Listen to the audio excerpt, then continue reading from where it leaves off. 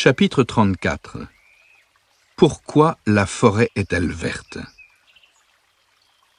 Pourquoi avons-nous beaucoup plus de difficultés à comprendre les plantes que les animaux?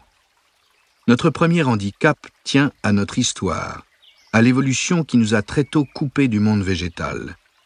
Nos dispositions sensorielles en sont aujourd'hui si éloignées que nous devons faire appel à toute notre imagination pour commencer à entreapercevoir ce qui se passe chez les arbres.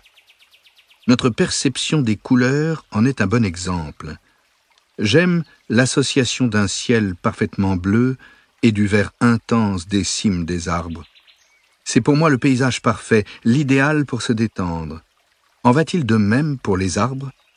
Peut-être, du moins dans une certaine mesure.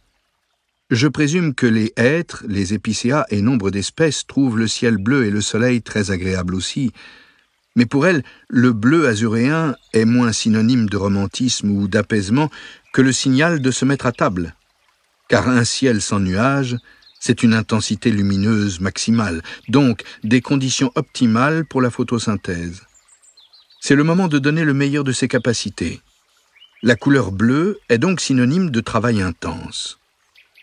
Le CO2 et l'eau sont transformés en sucre, en cellulose et en divers glucides, puis stockés. Les arbres se rassasient. Le vert a une toute autre signification.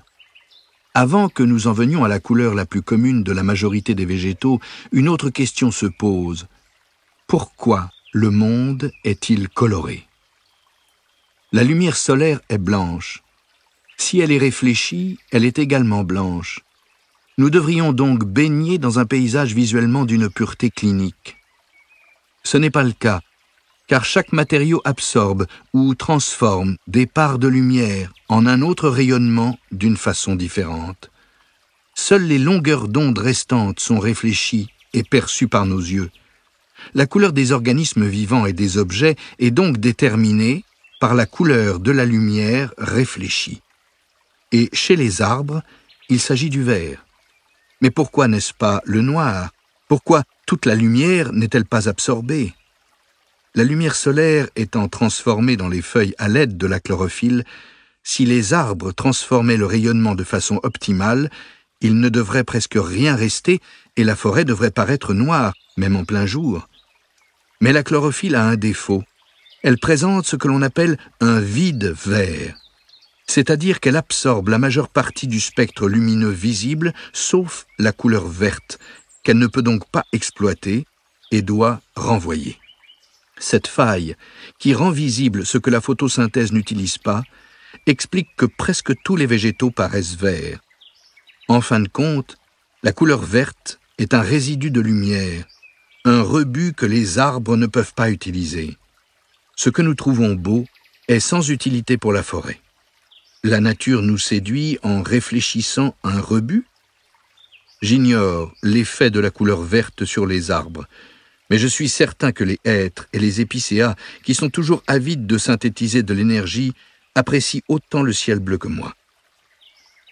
Le défaut d'absorption de la chlorophylle est à l'origine d'un autre phénomène, l'ombre verte. Les hêtres, ne laissant filtrer au maximum que 3% de lumière solaire, il devrait faire extrêmement sombre sous les frondaisons, même en plein jour. Pourtant, il n'en est rien, ce que chacun peut constater lors d'une sortie en forêt. En même temps, quasiment aucun végétal ne pousse à leurs pieds. Cela tient au fait que l'ombre varie en fonction de la couleur. Tandis que de nombreuses couleurs sont filtrées au niveau du houppier, le rouge et le bleu ne parviennent au sol qu'en infime quantité, ce n'est pas le cas du rebut vert. Les arbres ne pouvant l'utiliser, il franchit l'obstacle du feuillage et parvient au sol.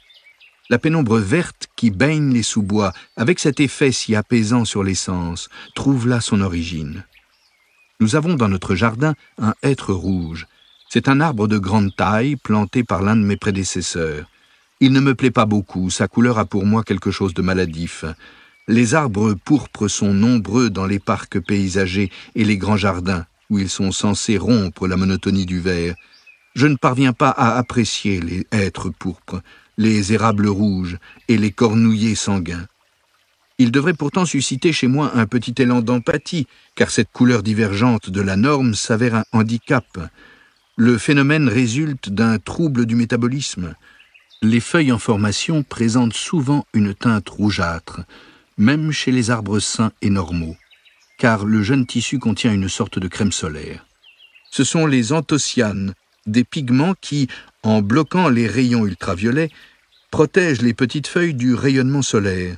Quand les feuilles atteignent leur maturité, les anthocyanes sont dégradés à l'aide d'une enzyme. Parmi les hêtres et les érables, cette enzyme est absente chez quelques individus qui diffèrent de la norme génétique. Ils ne peuvent pas éliminer ce pigment qui reste présent dans les feuilles durant toute la période de végétation. Il diffuse donc beaucoup de lumière rouge et gaspille une part importante de l'énergie lumineuse. Il réalise la photosynthèse avec le spectre des tons bleus, mais comparé à ce dont disposent leurs cousins verts, c'est bien peu. Des arbres pourpres ou rouges surgissent régulièrement dans la nature, mais comme ils poussent plus lentement que leurs voisins verts, ils ne parviennent pas à s'imposer et disparaissent de nouveau. Toutefois, l'homme étant toujours séduit par la rareté, les variantes rouges sont recherchées puis multipliées artificiellement pour créer des arbres d'ornement. En somme, le malheur des uns fait le bonheur des autres. Mais si l'incidence que ces manipulations ont sur les arbres était connue, peut-être y renoncerions-nous. Notre difficulté à comprendre les arbres a surtout pour origine leur extrême lenteur. Leur enfance et leur jeunesse sont 10 fois plus longues que les nôtres, et ils vivent au moins 5 fois plus longtemps que nous. Les mouvements volontaires, comme le déploiement des feuilles ou la pousse des rameaux, se déroulent sur des semaines ou des mois. Ils donnent donc l'impression d'être immobiles, aussi peu animés que des pierres. Le murmure du vent dans les houppiers, le craquement des branches et des troncs qui se balancent doucement et rendent la forêt si vivante, ne sont que des mouvements involontaires subis par les arbres. Il n'est guère étonnant que la plupart de nos contemporains les considèrent comme des objets. Pourtant, sous l'écorce, de nombreux processus sont beaucoup plus rapides. L'eau et les éléments nutritifs, le sang de l'arbre, peuvent ainsi monter des racines vers les feuilles à la vitesse d'1 centimètre par seconde. Même des défenseurs de la nature et de nombreux forestiers tombent dans le piège de ce qu'ils voient en forêt. L'homme est un animal visuel qui se laisse fortement influencer par ce que ses yeux perçoivent. Les forêts primaires de nos latitudes paraissent de prime abord tristes et désertes. La richesse de la faune est essentiellement microcosmique et demeure cachée aux yeux des visiteurs de la forêt. Nous ne repérons que les espèces de grande taille comme les oiseaux ou les mammifères, et encore, car les hôtes des forêts sont aussi discrets que farouches.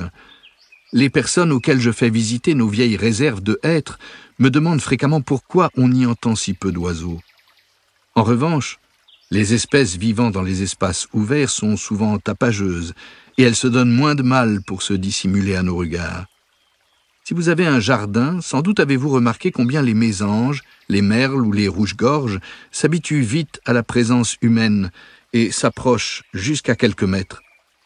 La plupart des papillons forestiers sont bruns et gris pour se fondre dans la couleur de l'écorce lorsqu'ils se posent sur un tronc. À l'opposé, les espèces des paysages ouverts font un tel assaut de couleurs, toutes plus chatoyantes les unes que les autres, qu'on ne peut manquer de les voir. Le comportement des plantes est similaire. Les espèces forestières sont habituellement petites et se ressemblent beaucoup.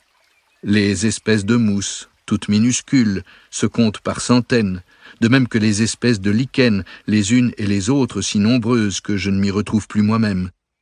En comparaison, les plantes des prairies sont des charmeuses qui misent sur la couleur et le paraître. Comment ne pas être séduit par les immenses tiges couvertes de fleurs pourpres des digitales, les fleurs jaunes du sénesson, le bleu céleste des myosotis.